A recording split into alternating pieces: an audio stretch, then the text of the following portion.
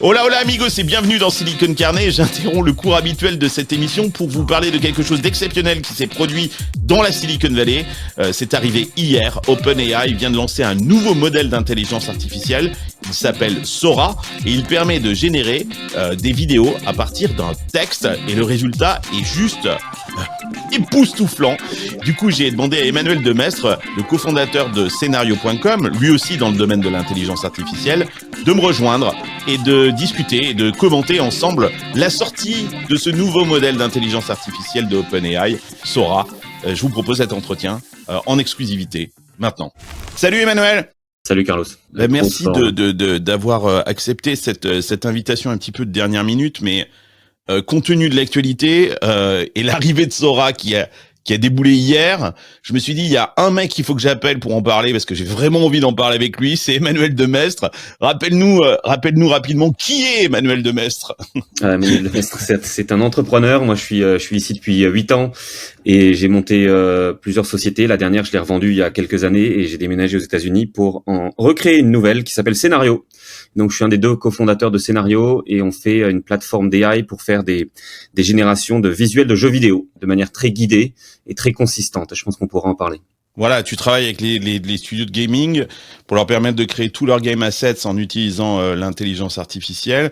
Et disclaimer, je suis investisseur dans Scenario, donc j'en pense le plus grand bien évidemment, et je suis l'aventure depuis le tout début, et c'est une aventure qui est passionnante. Comme je le disais, OpenAI vient de sortir un nouveau modèle texte to vidéo qui s'appelle Sora. Il est sorti hier, donc c'est tout frais, c'est tout neuf. On va regarder ça ensemble et j'avais envie de discuter de ça parce que c'est comme tu me disais en préparant un petit peu cet entretien, tu me disais c'est un moment exceptionnel, c'est un moment dont on va se souvenir. Tu me disais même que c'est peut-être encore plus marquant que GPT-3 parce que tu me disais que GPT-3 était sorti un peu de façon voire confidentielle. Et là, c'est vrai que depuis hier, c'est partout, c'est dans la presse, et c'est assez incroyable. Donc, je montre là le site de Sora qui nous explique que on va regarder. Sora is an AI model that can create realistic and imaginative scenes from text instructions. Donc, grosso modo, c'est un modèle texte ou vidéo, comme je le disais. Ça génère des vidéos d'une minute, pas plus pour le moment. C'est encore privé, tout le monde peut pas accéder à ce truc-là.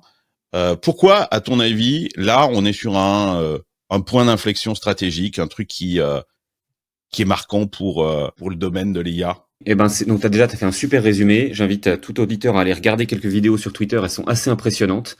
Il y en a qui sont très très drôles et c'est clairement un leap, un saut conséquent par rapport à des systèmes existants. Déjà, il y avait déjà du texte ou vidéo. C'est pas nouveau, ça date déjà d'il y a 1 an. Avant de parler de Sora, on peut mentionner Runway, qui était une boîte en fait qui s'est construite sur la base de Stable Diffusion 1.5. C'était une des 2 ou 3 entités qui a construit Stable Diffusion 1.5. Stability en est une et Runway est parti sur la vidéo et Stability est resté plutôt sur l'image avant de se diversifier. Il y avait une autre startup qui s'appelait Pika Labs, qui a levé pas mal d'argent d'ailleurs dans la Silicon Valley aussi, qui faisait du... Attends, tu dis qu'il s'appelait Pika Lab. Pourquoi tu utilises le passé? Parce que tu penses que là...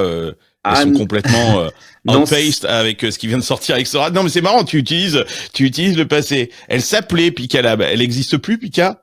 Alors, ça doit être... après Sora? Non, j'ai pas fait exprès. C'est un lapsus révélateur. Peut-être. C'est sûr que dans le milieu, toutes les boîtes qui font du texte to vidéo ou du image to vidéo, on se dit, oh shit, quoi. Comment ils vont passer un mauvais week-end, ouais.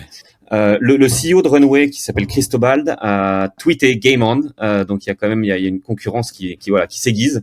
Ça va être vraiment intéressant. Et alors pourquoi ça a étonné les gens? La première chose, c'est que ça montre des vidéos qui sont de 60 secondes. Jusqu'à présent, la majorité de ces autres softwares, il y en avait 3-4, faisaient des vidéos entre 4 et 8 secondes. Donc on passe directement à 1x10. Et non seulement on passe à 1x10, mais tout au long de ces vidéos de 60 secondes qu'on peut voir, elles sont très stables, elles sont très consistantes. Alors prenons un exemple, un personnage marche, mais le background, il va rester, le fond d'écran, derrière, ça va rester très cohérent, très stable. Seul le personnage marche. Avant, dans ces vidéos de 4 à 8 secondes, au bout de généralement 2 à 3 secondes, on voyait tout le truc partir dans tous les sens, ça commençait à fondre, quoi. Je te propose de regarder justement d'où on vient. On l'a peut-être tous vu cette vidéo. C'était cette vidéo de Will Smith qui mangeait des spaghettis. Et donc voilà d'où on vient.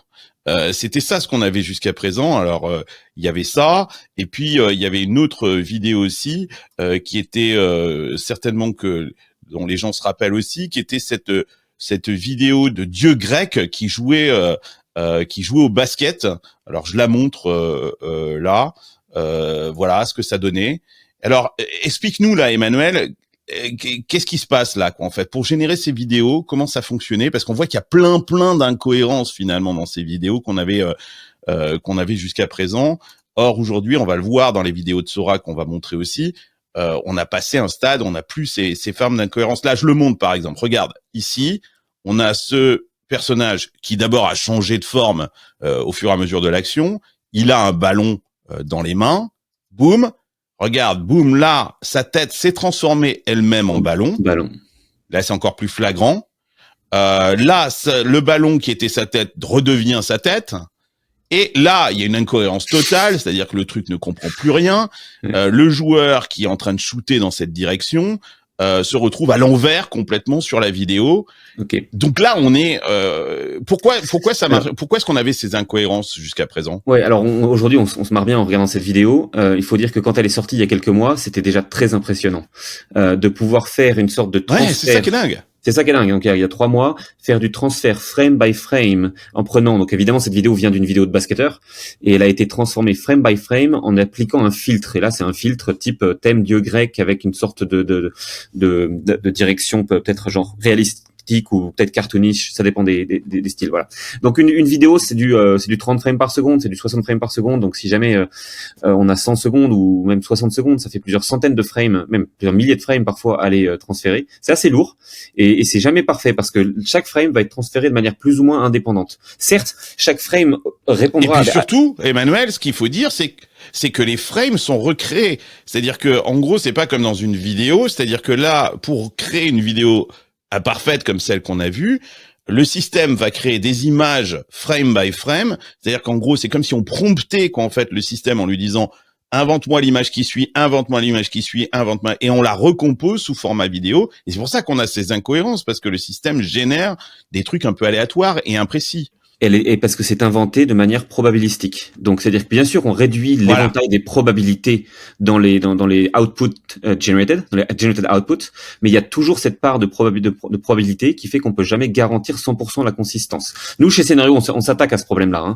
C'est faire des assets de jeux vidéo qui sont consistants quand on est dans Minecraft, on n'est pas dans Fortnite. Quand on est dans GTA, on n'est pas dans Baldur's Gate. Enfin voilà. Donc, il faut absolument maintenir la consistance de sujet, la consistance de style. Mais le faire pour une vidéo, c'est évidemment beaucoup plus compliqué que le faire pour des images indépendantes qui sont pas forcément connectées les unes aux autres. Donc, et alors pour Will Smith, c'est un peu différent. C'était un peu la vidéo originale. C'est un peu comme l'astronaute qui chevauche un cheval sur la Lune. C'était un peu l'image originale de Stable Diffusion, le mime de départ. Donc Will Smith, quand on voit cette vidéo, en fait, on voit que les spaghettis se fusionnent avec sa main, que les cuillères rentrent dans sa bouche, que les lèvres sont complètement détordues, etc. Et pourtant, ce qui était sorti, ce qui avait été en entrée, c'était Will Smith mangeant des spaghettis, quoi. Et on avait effectivement Will Smith mangeant des spaghettis. Mais le système ne comprenait pas la physique de la chose. Il savait pas qu'une cuillère peut pas rentrer dans la bouche, qu'un spaghetti fusionne pas avec la main, quoi. Là, quand on voit les vidéos de exactement, et voilà. Là, ce qu'on a avec Sora, on a passé l'étape d'après. Je montre la vidéo qui est en train de faire le tour du monde. C'est celle-là, c'est la vidéo de cette femme qui d'origine asiatique, certainement dans les rues de Tokyo, qui se promène, et on a une vidéo qui est d'un réalisme incroyable. Alors là, on voit, on n'est plus du tout dans le modèle qui pourtant impressionnait il y a quelques mois. Les choses paraissent super cohérentes. Bon, il y a encore des mouvements de caméra un petit peu aléatoires, mais là, effectivement, on a passé une étape qui est qui est assez stupéfiante. Alors, qu'est-ce qui est impressionnant là sur cette vidéo? Là, par exemple, les bâtiments ne bougent pas d'un poil. Le texte sur les insignes, sur les signs, hein, les affiches, ne change pas. En plus, c'est des caractères japonais, ils changent pas. Les lignes des bâtiments sont tout à fait droites et ne changent pas, ne se fusionnent pas les unes des autres. Et on va même jusqu'au reflet dans l'eau, ouais. Dans les flaques d'eau, ouais. Et dans les verres des lunettes. C'est-à-dire qu'on voit dans les verres des lunettes, on voit le passage piéton s'affiche qui est censé être à quelques mètres de la femme. Donc c'est absolument impressionnant. Les lunettes sont pas fusionnées sur le nez ou dans les cheveux, etc. Ça a l'air tout à fait cohérent. Et il y a une autre vidéo que tu pourrais montrer ou que je peux décrire qui est un verre tombant sur une table. Un verre d'eau avec des glaçons dedans et un liquide rouge qui tombe sur une table. Et on voit le liquide qui reste sur la table, c'est-à-dire le liquide rouge va s'étendre le long de la table. Elle est pas, il y a des imperfections dans cette vidéo, elle est pas parfaite, mais qu'est-ce que ça dit? Ça veut dire que le modèle semble comprendre que un liquide, quand il tombe sur une table, n'est pas censé passer au travers de la table, n'est pas censé s'évaporer, n'est pas censé se fusionner avec le bois. Il est censé rester au-dessus de la table, voilà. Et donc ça impressionne les gens parce que comment sont gérées aujourd'hui les interactions physiques dans une, le rendu physique dans ce genre de vidéo passe par des game engines. Et dans un game engine, donc il y a Unity, il y a surtout Unreal Engine pour ce genre d'application, tous les éléments dans le game engine ont été faits par avance. Le personnage, les bâtiments, le monde, la lumière est rendue aussi dans le game engine. Donc tous ces éléments sont déjà là et ensuite on les rend de manière déterministe. On a codé comment la lumière devrait s'afficher et faire une ombre dans un game engine. C'est complètement déterministe. Si on refait la même séquence, on aura toujours, avec les mêmes paramètres, le même rendu. Avec les AI, c'est différent, c'est probabiliste. Et malgré le fait que ce soit probabiliste, on a un rendu qui semble aussi bon que ces game engines déterministiques. Hein. Et donc ça... Qu'est-ce que ça veut dire ça, Emmanuel? Ça veut dire que ils sont arrivés à entraîner les lois de la physique dans leur modèle, c'est-à-dire que le système comprend, peut-être de façon encore imparfaite, mais les lois de la physique qui nous entourent. C'est-à-dire qu'on n'a plus besoin de le programmer, parce que comme tu disais, là, les logiciels qu'on utilisait avant, il fallait lui dire si la lumière va dans ce sens-là, alors l'ombre est projetée ici, etc., etc. Là, encore une fois, on vient d'un texte. Ça veut dire que le système est capable de comprendre le mouvement des glaçons, le reflet du verre dans la flaque, l'écoulement de l'eau. Tout ça sont des lois de la physique. Qui ont, alors je sais pas si ça a été codé, mais en tout cas, ça a sans doute été appris par le modèle qui a été entraîné. Et il y a une autre chose donc une AI semble comprendre comment s'organisent les lois de la physique, en tout cas après avoir été suffisamment entraîné. Et il y a une chose qui est intéressante, il y a un tweet ou peut-être que c'est dans le papier de recherche qui montre combien la qualité du modèle s'améliore avec la quantité de compute qui est mise dans l'entraînement. Donc on voit un chien avec une certaine quantité de compute, le même chien avec 2 fois, le même chien avec 4 fois, et on voit que ça plus on met de compute, plus ça augmente. Et on semble pas atteindre, en tout cas dans la séquence qu'ils ont montré, on n'atteint pas de plateau. Donc, si on met encore là, je suis en train de montrer cet oiseau là, l'oiseau bleu là, assez incroyable, qui est hyper réalistique. Et alors surtout, ce qui est hyper réalistique, c'est le mouvement de la tête. On a vraiment l'impression d'être face à un oiseau. C'est-à-dire que le système a compris comment un oiseau agissait, comment est-ce qu'il se déplaçait, comment est-ce que ses yeux bougeaient, comment sa tête bougeait, etc., etc. C'est assez effectivement spectaculaire, quoi. Ouais. Et peut-être si on va faire quelques extrapolations. Pourquoi est-ce que Sam Altman est en train de lever en ce moment 7 trillions de dollars? 7 trillions, c'est 7000 milliards de dollars. C'est 10% du PIB mondial. On en parle dans l'épisode de Silicon Carnet, effectivement, cette semaine. Ouais. C'est possible que l'entraînement de Sora a montré qu'il y avait pour l'instant pas de limite, pas de plateau, pas de plafond, on va dire, identifié. C'est-à-dire que plus on met du compute et plus aujourd'hui on a encore des rendus encore plus exceptionnels. Et donc en fait, il suffit d'aller mettre une tonne de compute pour au final atteindre les GI, qui est finalement le but de OpenAI. Hein. C'est pas de faire des DALL-E ou des logiciels créatifs. Hein. Ce qui sont what they're after, ceux qui veulent le développer, c'est le AGI. artificial. Là, je montre une vidéo à l'écran qui est une vue de la Californie à l'ère du Golden Rush, et c'est vrai que c'est assez stupéfiant. On pourrait imaginer très bien cette image historique comme quoi elle a existé, mais pas du tout. C'est une image qui a été complètement inventée. Le style de la vidéo, là, on a l'impression de voir un drone qui survole une ville de Californie au 19e siècle. C'est assez impressionnant. Il y avait aussi une jeune femme. On a un close-up en fait sur son œil, mais c'est d'un réalisme assez hallucinant. En fait, on a l'impression d'avoir une scène sortie d'un studio de Hollywood. On imagine ça dans le jeu vidéo. Ça va être stupéfiant. Alors on imagine ça dans le jeu vidéo et nous, moi ça m'intéressait beaucoup la Californie dans le Gold Rush parce qu'on y habite et donc on vit dedans. Mais cette même scène pourrait être customisée par utilisateur, par géographie, selon ton abonnement, tu auras tel type de contenu qui sera généré avec un certain thème, une certaine qualité, et ça sera infiniment customisable. On pourrait même avoir un monde où les films qu'on regarde sur Netflix sont uniques par utilisateur. Selon les préférences de l'utilisateur ou qui l'a donné ou pas d'ailleurs, hein, qui aurait pu être apprise par la machine ou qui aurait pu être fourni par l'utilisateur. Aucun film ne sera identique à un autre. Ça, c'est des choses qui sont possibles aujourd'hui avec ce genre qui sont envisageables dans un futur pas trop lointain. Et ce futur, il était, je veux dire, moi j'étais à la GDC l'année dernière chez Sequoia devant Jensen Huang au premier rang et il a dit every pixel will be AI generated. Il s'est arrêté, il a dit not rendered, generated. Et à l'époque, les gens ont dit oui, bien sûr, c'est vrai, ça, c'est sûr, 10 ans. Et maintenant, c'est aujourd'hui, quoi. Donc tout d'un coup, on vient de faire un bond probablement de plusieurs années avec Sora. Ouais. Alors c'est pas complètement parfait. Là, je montre cette vidéo. Là, il y en a plein. Allez sur le site de openai.com/Sora pour les voir.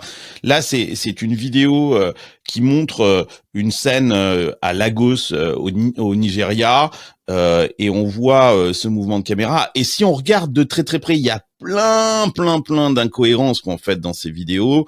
Par exemple, ici. Quand d'abord c'est un drone qui filme, le mouvement est assez particulier et là la perspective est pas bonne. On le voit ici, par exemple là on voit les gens qui sont en bas au marché et puis quand on zoome on voit ce groupe de personnes sur lesquelles on va s'attarder qui sont pas à la même échelle que les personnes du dessous, donc on comprend pas très bien ce qui se passe. Là regarde là, t'as vu là, il y a eu un mouvement très intéressant de la main du bonhomme. Boum, il fait comme ça avec sa main. On dirait qu'il touche ses lunettes, mais en fait, ses lunettes devraient tomber. Et on voit bien qu'il y a encore des imperfections sur la physique, en fait, de ça. Il y a des distorsions, il y a des choses comme ça, mais c'est hallucinant. On se dit que c'est une V1, c'est pas encore entre les mains de tout le monde. Il y a que quelques privilégiés qui peuvent l'utiliser, mais et c'est vrai que la vitesse à laquelle on est arrivé à ça, on se dit que où est-ce qu'on sera l'année prochaine, quoi. Ouais. Et je t'arrête tout de suite. Les mêmes critiques ont fusé dès que Stable 1.5 est sorti, ou même quand Midjourney V3 était à l'époque le state of the art. Les mains avaient 6 doigts, on avait plusieurs jambes. Enfin, il y avait rien de cohérent, et donc ça a entraîné beaucoup de rires et de moqueries de la part d'une grande partie notamment des artistes et des créatifs qui disent cette techno est complètement imparfaite, ça ne marchera jamais. Mais en fait, un an après, aujourd'hui, les images qui sortent de Midjourney sont indifférenciables, ne peuvent pas être vraiment identifiées comme AI versus faite par un humain ou prise par un photographe. On est là aujourd'hui. En l'espace d'un an, Midjourney est passé d'un brouillon à parfait. Donc là, pourquoi la même chose devrait s'appliquer à la vidéo, hein. C'est certain. Et là, je montre une autre vidéo qui le prompt, c'est une caméra qui est en face d'un mur d'écran de télévision de plusieurs générations.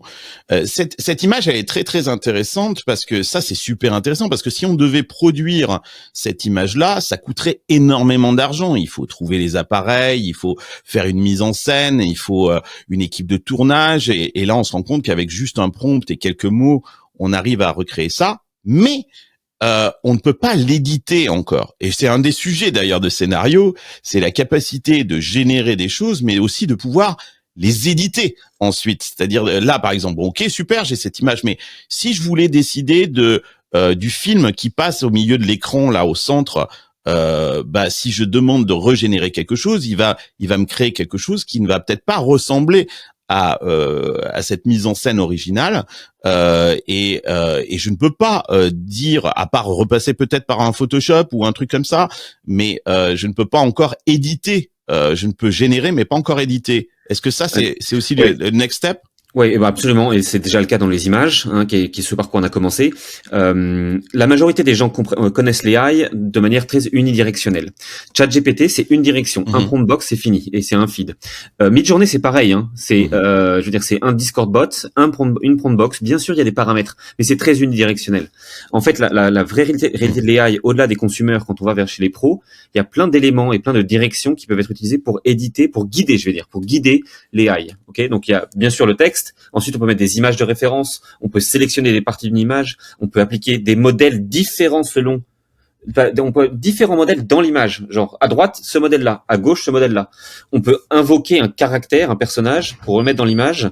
Et ce caractère, il a été formé séparément. Voilà. Bon, on pourrait passer 2 heures à regarder toutes ces vidéos. Je finis avec celle-là qui, pour moi, est absolument incroyable parce que c'est justement cette capacité on est dans un train, sans doute en Asie aussi. On voit une vue à travers la fenêtre du train. Et à un moment, on va passer devant un bâtiment qui est plus sombre et on va voir le reflet de la personne qui est en train de filmer à l'intérieur du train sur la vitre. Et c'est là que moi, je me suis dit, waouh, il est capable d'interpréter ce truc-là, il est capable de comprendre qu'on passe devant un bâtiment, que donc la lumière change et qu'on va pouvoir voir la personne, et il nous la montre justement dans le reflet. Il y a plein de vidéos incroyables. Là, on voit cette vidéo d'une sorte de vue touristique. On pense à tous ces sites qui ont besoin d'imagerie pour illustrer tout un tas de choses.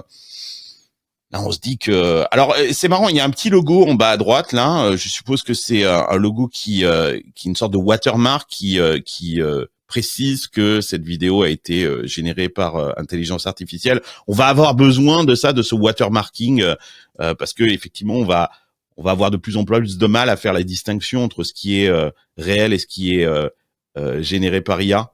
Absolument. Alors, je sais pas si ce sera un watermark, mais il y aura des systèmes qui permettront certainement d'identifier, peut-être d'avoir des signatures cryptographiques qui permettront de manière décentralisée de prouver que ce contenu, cette image ou cette vidéo a un jour été faite par quelqu'un pour que quelqu'un la recopie. Il y a plein de choses à inventer et tout ça, toutes ces vidéos qu'on voit qui font environ 30 à 60 secondes semblent avoir été faites en l'espace de quelques minutes. Parce que hier ou avant-hier, Sam Altman de OpenAI répondait à des users sur X qui lui donnaient des prompts. Il mettait le prompt et on voyait la vitesse à laquelle il répondait au prompt était tellement rapide que c'était l'ordre de quelques minutes à chaque fois. Donc ça a l'air d'être généré. Alors, donc il est en train de faire mumuse, hein. Je crois qu'il y a... Ouais, il est en train de faire mumuse. Je pense qu'il y a MrBeast qui lui a envoyé un message en lui disant tu viens de me foutre au chômage. Et Sam Altman lui a répondu et lui a dit envoie-moi un prompt, envoie-moi quelque chose, je te génère une vidéo. Et effectivement, MrBeast lui a envoyé un truc. J'ai pas été vérifié. Si je retrouve, mais je suppose qu'il a dû lui créer sa vidéo. La vidéo qu'il lui a demandé, c'est assez impressionnant, effectivement. Bon, c'est le débat éternel. Est-ce que les gens vont être au chômage ou pas? Oui, les jobs vont changer, c'est sûr. Que ce soit du gaming, de l'advertising, du marketing, enfin, c'est infini. Les jobs vont changer. Il faut que les gens s'adaptent et s'habituent à ce genre de nouvelles technologies. C'est-à-dire que cette technologie, elle place quand même un pouvoir incroyable entre les mains des humains. Alors là, on est encore à l'ère de la fascination, hein. C'est ce que...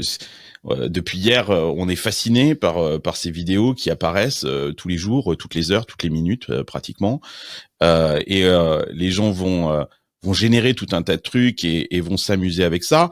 Mais quand on aura passé cette ère de la fascination et puis quand les gens auront fini de faire mumuse et quand on en aura fini aussi avec la paranoïa, parce qu'il y a effectivement toute une forme de paranoïa qui entoure tout ça en se disant on va tous mourir, on va perdre nos boulots. Même MrBeast, qui est le géant de YouTube, dit je suis I'm gonna be homeless.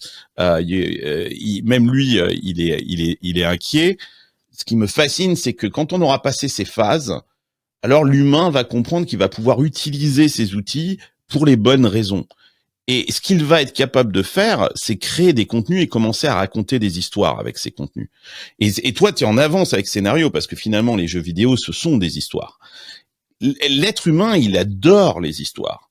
Et parce que les histoires, c'est ce qui nous permet de comprendre le monde qui nous entoure, c'est ce qui nous permet de nous identifier à des personnages, c'est ce qui nous permet de nous connecter à nos semblables. Connecté. Et l'IA, elle ne sait pas raconter d'histoire. Elle ne sait pas, elle en a rien à foutre. Elle a pas besoin d'histoire, l'IA. Elle a besoin de data.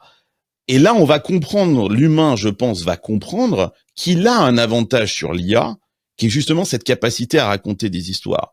Il va falloir se débarrasser de la façon dont on raconte les histoires aujourd'hui et des outils qu'on utilise pour raconter ces histoires, adopter ces nouveaux outils. Mais en fait, moi, je pense l'humain a une supériorité sur l'IA qui est justement dans ce storytelling. Et le jour où on va le comprendre, et ça prendra un peu de temps, parce que c'est même pas une question de technologie, c'est une question d'adaptation de notre esprit à ce nouveau paradigme, alors ça va être redoutable. L'humain va adorer l'IA quand il verra qu'il peut la guider. Et moi, j'ai des users, des clients, hein, qui sont dans le jeu vidéo, qui ont utilisé franchement tout. Je veux dire, Midjourney, c'est 90% des gens utilisent Midjourney et plein d'autres. Et ils m'ont dit, bah écoute, après quelques mois de Midjourney, j'en ai eu assez. J'appelle ça, ça s'appelle la AI fatigue. Les gens sont fatigués en fait de prompter en permanence et de chercher ce qu'ils veulent, et c'est pas exactement ce qu'ils veulent. Et au bout d'un moment, il y a un churn, ils arrêtent parce que c'est trop épuisant. Et c'est ces mêmes users qui se mettent à utiliser Scénario, mais d'autres aussi, hein, où en fait on a des plateformes qui fournissent plus d'outils de contrôle. À ce moment-là, les gens reviennent et réapprécient à nouveau la capacité de créer du contenu avec de l'IA, parce qu'ils voient combien ils peuvent être aux manettes lorsqu'ils comprennent tous les outils à leur disposition pour guider l'IA dans le style, dans la consistance, dans l'histoire, etc. Voilà. Et la même chose va se passer sur la vidéo. Et demain sur la 3D encore. Et là, ils vont commencer à créer des histoires, c'est ça, quoi. Ils vont vraiment se dire, non, là, je suis pas en train de créer des images, je suis en train de créer une histoire, je suis en train de créer une expérience, et j'utilise l'IA en fait pour cette démarche créative, parce que aujourd'hui ces images et toutes ces vidéos qu'on voit, on comprend pas le contexte, on comprend pas de cette fille qui marche dans Tokyo, on sait pas d'où elle vient, on sait pas ce qu'elle a en tête, parce que l'IA ne nous propose pas ça. Il y a que nous qui pouvons charger finalement ces images-là avec du sens. Et du coup, si on a ces outils qui nous permettent de générer ces histoires de façon ultra rapide et infinie, et sans aucune limite, du coup, ce qui va faire la différence, c'est quoi? C'est la qualité de ces histoires, c'est-à-dire nous. C'est nous qui, c'est la qualité de l'histoire qu'on veut raconter. C'est la rapidité d'exécution. Tu le disais, ça prend là quelques minutes, et la capacité d'amener ces histoires sur le marché pour les commercialiser, pour créer une communauté autour, etc., etc. Et ça, c'est des trucs que l'IA sait pas faire, quoi. Ouais, elle ne fera pas, quoi, en fait. Tu peux demander à ChatGPT de te raconter une histoire. Hein, moi, je le fais souvent. Il y a plein de gens qui le font. C'est pourri. C'est assez basique. Ouais, on voit très bien que c'est un discours ou des éléments assez plats, et il y a rien de passionnant. Et c'est vrai qu'on voit le manque de génie créatif généralement humain. Donc pour l'instant, on en est là, ouais. Mais moi, tu dis raconter l'histoire. Moi, je dis passer en production, parce que la majorité de l'IA aujourd'hui n'est pas, en tout cas sur le côté visuel, n'est pas passée en production à cause de ces problèmes de consistance. Donc on est resté à l'état de concept art. Donc c'est bien, on fait des drafts, on fait des brouillons, et on l'a pas encore envoyé en production. Lorsqu'on arrive à résoudre la consistance et le contrôle, on peut passer enfin à l'échelle, voilà. Et c'est ça ce qu'on va voir maintenant, et Sora fera partie de ces moments, ces AA moments sur ces derniers mois. Moi, je pensais que je m'attendais quand même depuis plusieurs mois à ce que ça ralentisse un petit peu. Il y a eu 10 jours sans grosses nouvelles. J'ai dit peut-être ça y est, on a enfin commencé à avoir une sorte de petit plateau là, et Sora qui arrive, et impossible de trouver un tweet dans ma timeline qui était pas sur Sora, quoi.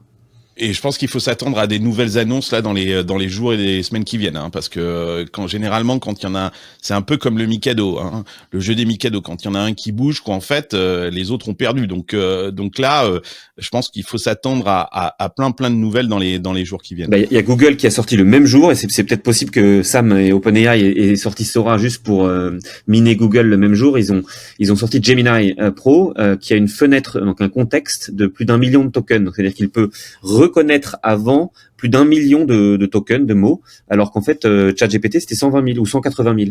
Donc, on a eu aussi un x5, un x10, là, en l'espace d'une journée, sur disant, maintenant, une IA qui génère du texte va prendre en compte dans son discours 1 million de tokens et non plus 150 000. Voilà, paf, encore une avancée en x5 en l'espace de quelques mois, quoi. Bon, écoute, c'est passionnant. Emmanuel, merci d'avoir pris un petit peu de temps dans ton week-end. On entend les enfants derrière. Je sais que tu es occupé, le week-end. C'est super sympa d'être passé par Silicon Carnet. On t'adore, Emmanuel. Et puis, merci de nous avoir donné ton point de vue sur ce nouvel outil Sora qui nous passionne et qui n'a pas fini de nous étonner, je pense, dans les jours, semaines et mois qui viennent. Super, on t'embrasse, Emmanuel. Ciao, merci, ciao. à bientôt. Voilà, j'espère que cet entretien vous a intéressé. Je vous donne rendez-vous la semaine prochaine pour un nouvel épisode de Silicon Carnet, ou peut-être dans quelques jours, parce que les choses vont tellement vite en ce moment dans la Silicon Valley qu'on a du mal à suivre. En tout cas, si vous n'êtes pas abonné à la chaîne YouTube de Silicon Carnet, je vous invite vraiment à le faire. Ça se passe sur YouTube, donc, et la chaîne s'appelle Silicon Carnet. Hasta luego, amigos!